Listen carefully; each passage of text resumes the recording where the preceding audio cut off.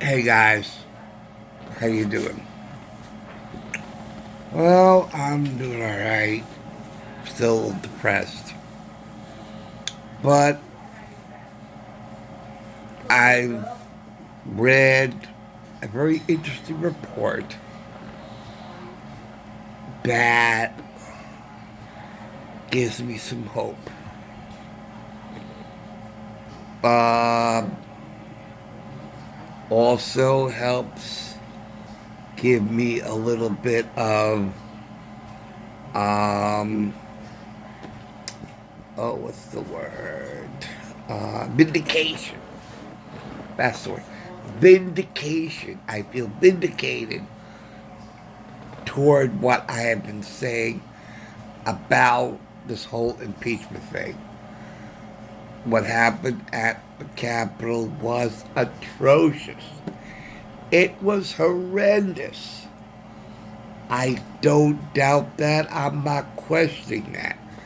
A few days while I was watching the five, Juan Williams, Bert basically accused everybody on the show who didn't support his claims that Trump did incite the violence and accused them of being implicit at what happened at the Capitol. And that, of course, drove everybody crazy. And Jesse Waters, bless his heart, and he says, Juan, what you just did was not cool. Because we have been condemning what happened at the Capitol, but we will not lay blame on Trump. The blame rests only with those who committed the heinous act. Okay? It makes me think of the Bible verse, the Torah verse, where Moses said to God, God, the people of Israel sinned a great sin. They defiled. I want to atone for their sins. Put the blame on me. That I am responsible for their sins. So basically, that's what the left is doing, laying Trump as responsible for the sins of those who committed the violence at the Capitol. And God said to Moses, only he or she, paraphrasing he or she, only those who commit the sin must atone for their sin. Vicarious atonement, basically laying blame again. Oh, and going back to the even better than Moses and God, where in the Garden of Eden story, what the left is doing, saying Trump caused this. It's Trump's fault that what happened in the Capitol. Just like the man said, it's the woman's fault that I ate. The woman made me do it. I passed the buck onto the woman. And I even blame you, God. You're responsible for my sin because you gave the woman to me. And the real sin in the Garden of Eden was that the man refused to take responsibility for doing wrong and blaming somebody else. Just like the left is blaming somebody else. They're blaming Trump for what happened at the Capitol. Instead of saying only those who committed the sin is responsible.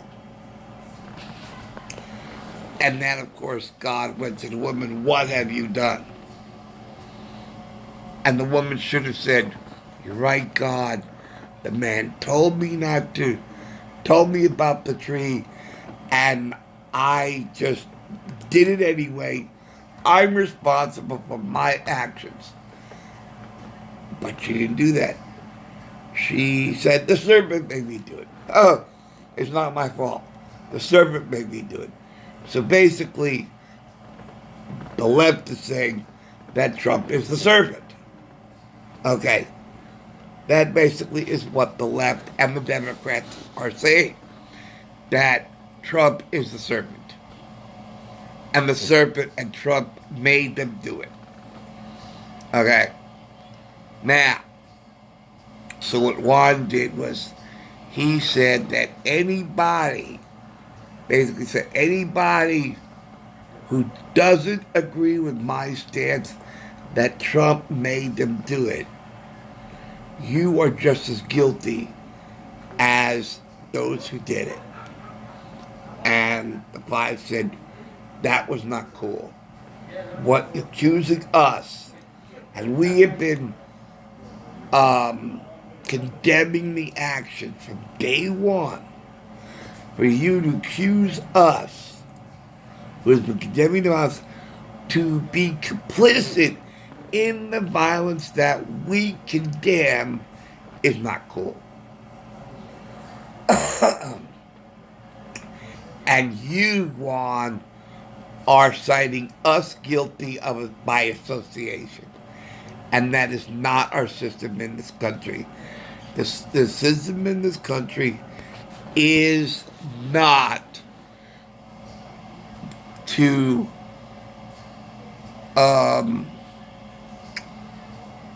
say somebody is guilty by association. That is not the way it works. And that's not the way in this country. And you know, it makes me think of another saying that a chain is as strong as its weakest link. Okay.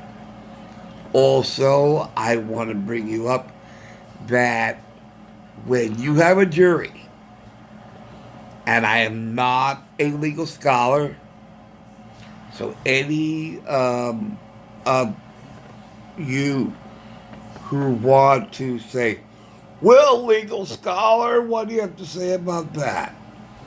Okay, this is not, you don't have to be a legal scholar to know that no jury can indict or say man is guilty unless it's sure beyond a reasonable doubt.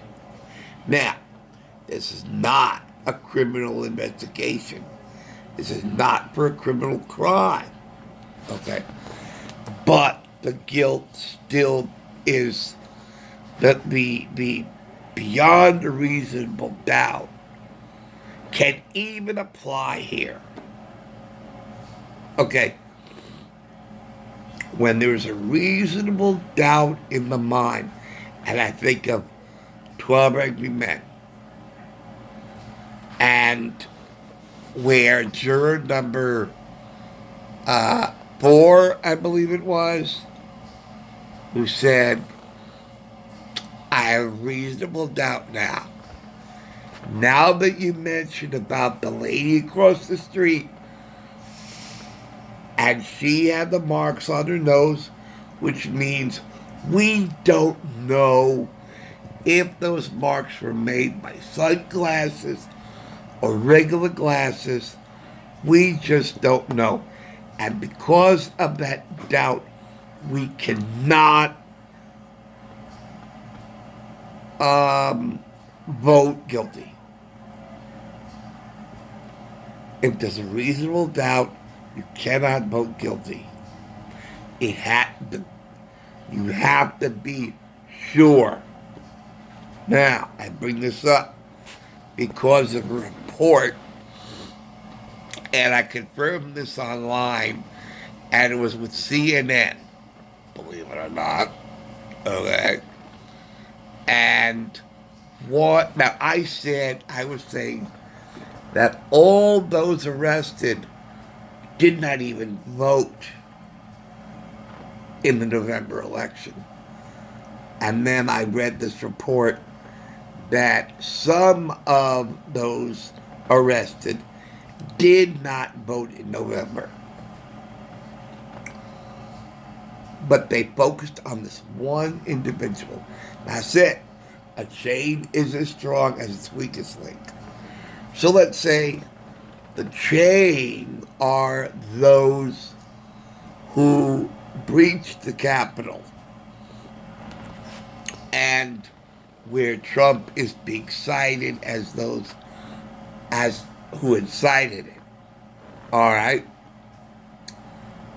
One of those people belonged to a militia. Remember what I said about militias? They train in attacking buildings, pushing against police. I said over and over again, this is too professional. I looked at the video over and over again. It was atrocious. Yes, it was atrocious. It was horrible. It was egregious. It was terrible.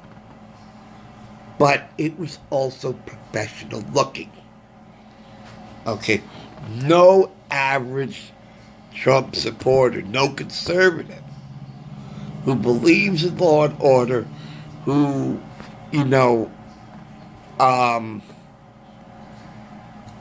I think of Jim Acosta fearing for his life because the crowd was shouting, CNN sucks. Oh my God, I'm embarrassed to have the same name as this guy. Grow a spine, will you? But that is basically what they're saying that Trump supporters did, that those people were like those at that rally. But it's ignorance.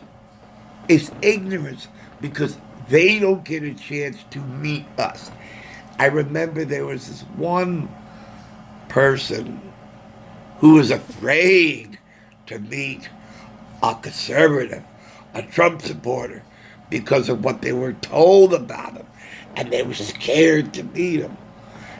And then she shows up at the rally, fearing for her life. Oh my God! And then she meets him, and she finds out, hey, these are pretty good people. These are cool. I had no reason to fear. These are nice people who have a sense of humor, and they're joking, and they're funny, and they're good-hearted, good-natured people. I was like, wow. And she felt comfortable with them. And she said, boy, what I learned was wrong about Trump supporters, about conservatives. Conservatives are nothing like what I was told. And that's the propaganda that Democrats and the left paint of us. But if I looked at that video, that's not the way we behave. That is not the way we behave. And the hats were very, offensive to us. It's almost as if, now if you want to talk about cultural appropriation, or whatever the hell the expression is, that is cultural whatever. Okay? That's, it's as if somebody who is not Jewish wears a yarmulke, wears a chain with the Chai or the Star of David, and begins to behave in ways that's not Jewish. Okay? Same idea. They're wearing the hats, they have the Trump banners, but they're not behaving like conservatives and Trump supporters. Okay, those who voted for him. So that's cultural whatever. It's all for show. It's to convince. They want to get filmed. They wanted to be shown. They're wearing Trump hats. They're carrying the flags. That is proof they are Trump supporters. And like I said, it's not a exclusive club that only those where it's verified to be Trump supporters can get hats and banners. Anybody can get them anywhere. That is not proof. But they wanted to have the visuals and they want to blend in. Okay, so I talked about reasonable doubt. I talked about the weakest link. Now I'm going to apply it to this report and how I feel vindicated by my statements. Okay. This report said, hold on.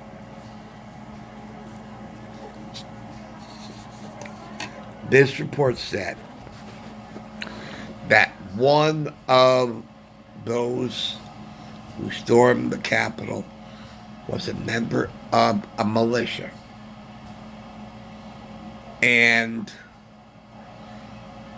so that's where he got the practice to have a gun, practice in breaching perimeters, breaching barriers, breaking windows, pushing against police. That's where he trained to be able to do that successfully. All right? By being in the woods and practicing. All right? Now, this person who was in the militia, he was there not as a Trump supporter, he supported Trump because he did not want Trump not to be reelected. He was against Biden going in also. He told his mother, okay, and I guess the mother told CNN, okay, that if Trump doesn't get reelected, he and the other, I guess others in that militia, are going to overtake the government. That was his statement. And guess what? He didn't even vote in the election. Now, it is inconceivable that a Trump supporter, a conservative, who knows what's at stake, would not even vote in the election, in the November election. Now, I'll tell you this. Okay, he's a militia. He was arrested 2 times. He is not a good person. Okay? Being in this militia, and the militia wants a coup. Okay? But he supported Trump. Why on earth did not he vote? That is the thing that really gets me. Why didn't he vote? Apparently, he was registered to vote, but he never exercised that privilege to vote. And the registration ran out, and he was no longer allowed to vote because he wasn't registered. So he couldn't even vote. But that's one. What about others in there who didn't vote? Because they said that there were a few who didn't vote. They said others. So that, okay, that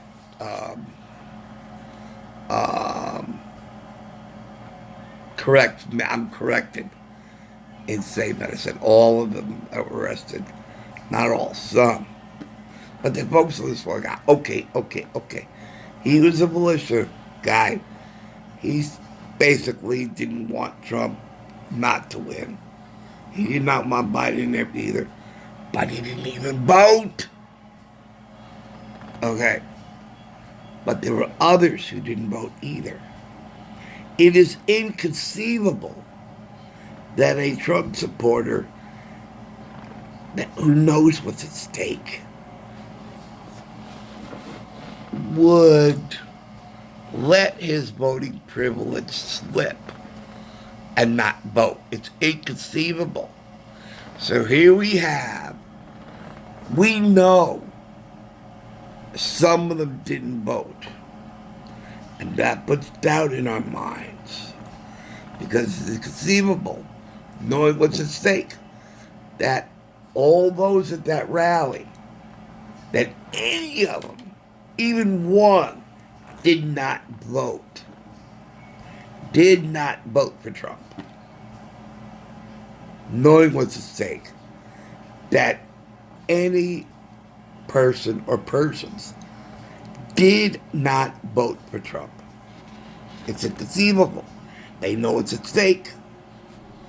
So why wouldn't they vote for Trump?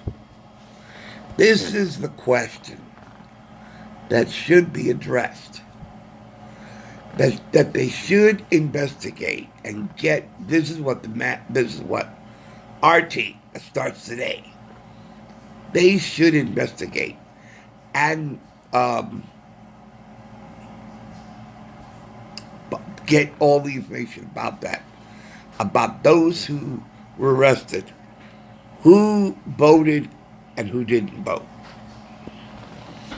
And if you have a number of them who didn't vote for Trump,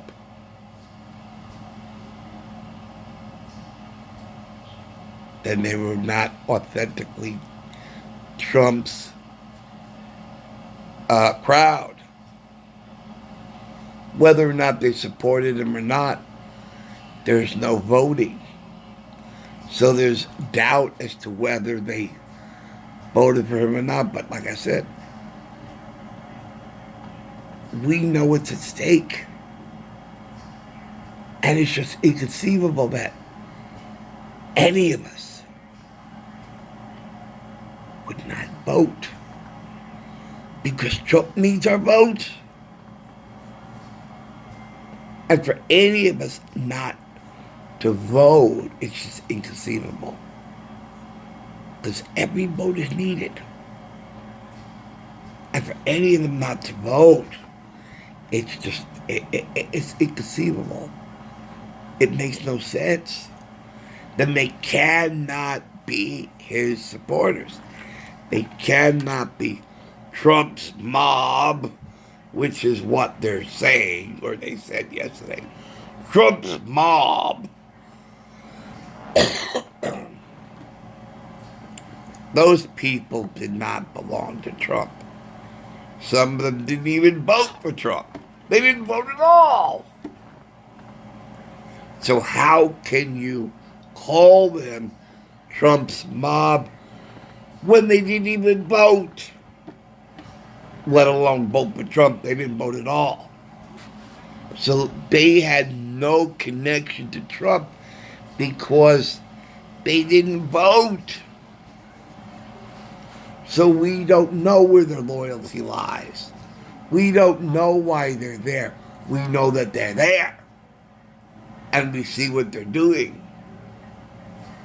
But we're only assuming, and you know what happens when we assume? We make an ass out of you and me, and that's what they're doing. They're assuming that because they wear the hats and the banners, and they were part of the group who came in from the rally, that they actually belong there. But it's assumed that they all supported Trump. But like I said, it was too professional looking. And we already know that one of them belonged to a militia who didn't even vote. So there's your weakest link. There's your weakest link to the crowd, to the rioters, the mob who stormed the Capitol. That one of them was a militia guy, and he didn't even vote. There's your weakest link. And that's how strong that chain is. So now that we got that chain's weakest link, we say, let's check another one and see how strong that link is to the chain. Because now the chain is now very weak. Because we have that one guy, one militia guy, who didn't even vote for Trump, who didn't vote at all. There's the weakest link. Okay, now what is holding this group together as a mob? Let's investigate another person. See if that person voted or voted for Trump or didn't vote for Trump or didn't vote at all. And then that chain gets weaker and weaker and weaker and weaker. And eventually that will put doubt in our minds that Trump incited anything. If we can't even prove one person who voted, one person as a Trump supporter because he did not vote, I have a reasonable doubt now about this blaming Trump. If one of them didn't even vote for him and didn't even vote at all, now we got a reasonable doubt about this blame on Trump. That's the way it normally goes. That we as human beings, we cannot jump to conclusions. We have to examine the facts, and if one of those facts is the weakest link in that chain, because he did not vote, let alone vote for Trump, he didn't even vote for Trump, then now we got a reasonable doubt that they were actually part of that group that was at the rally, who are actual everyday conservatives. So that's it. So anyway, that's what I want to talk about. And it is not cool to claim that anybody who does not support the notion that Trump incited the riot, that they are declared complicit in what happened. That is not cool, that is wrong, and it's dangerous. And this, my friends, is what I'm citing as Holocaust 2.0, that what happened in the Capitol is Kristallnacht 2.0. If people are going to connect 74 million people in being complicit to what happened at the Capitol, it's no different than the Nazis just condemning a whole group of people just because of what they were and because of what we are. We supported Trump. No different than the Jews. The Jews are condemned because they're Jews. We are condemned because we supported Trump and we voted for him. So it's what you are. It's what you are. And you're identified as this is what you are, and therefore we have the right and the justification to hate you and see you destroyed or force you to change your thinking. All right. And not respecting us, our rights and dignities to be who we are, to what we believe. They can do the same thing about we are right to lifers. That we are against women. I think Schumer did, right? He said, this is an attack on women, and these people are attacking women and their rights. No, we're not. We're not at all. But we say that the unborn child has rights also. And we also could say, we not only do we respect women, but we respect women to take responsibility when they engage in sex. Use protection if you don't want to get pregnant. Be responsible. If you're going to play grown-up games, you have to play by grown-up rules. And that is what it is. We're not against women. We're not against women's rights. We are saying take responsibility. Prevent the pregnancy. Isn't that what family planning is all about? Planning to make sure you have children when you want to. I consider that planning. And that's what Planned Parenthood is. Hello? Planned Parenthood? It can't be clearer than that. Anyway, enough said. Okay, guys, thank you for much. Thank you for watching. Thank you for listening in. I'll see you later. Take care, guys. Thanks. All right, see you soon. Bye.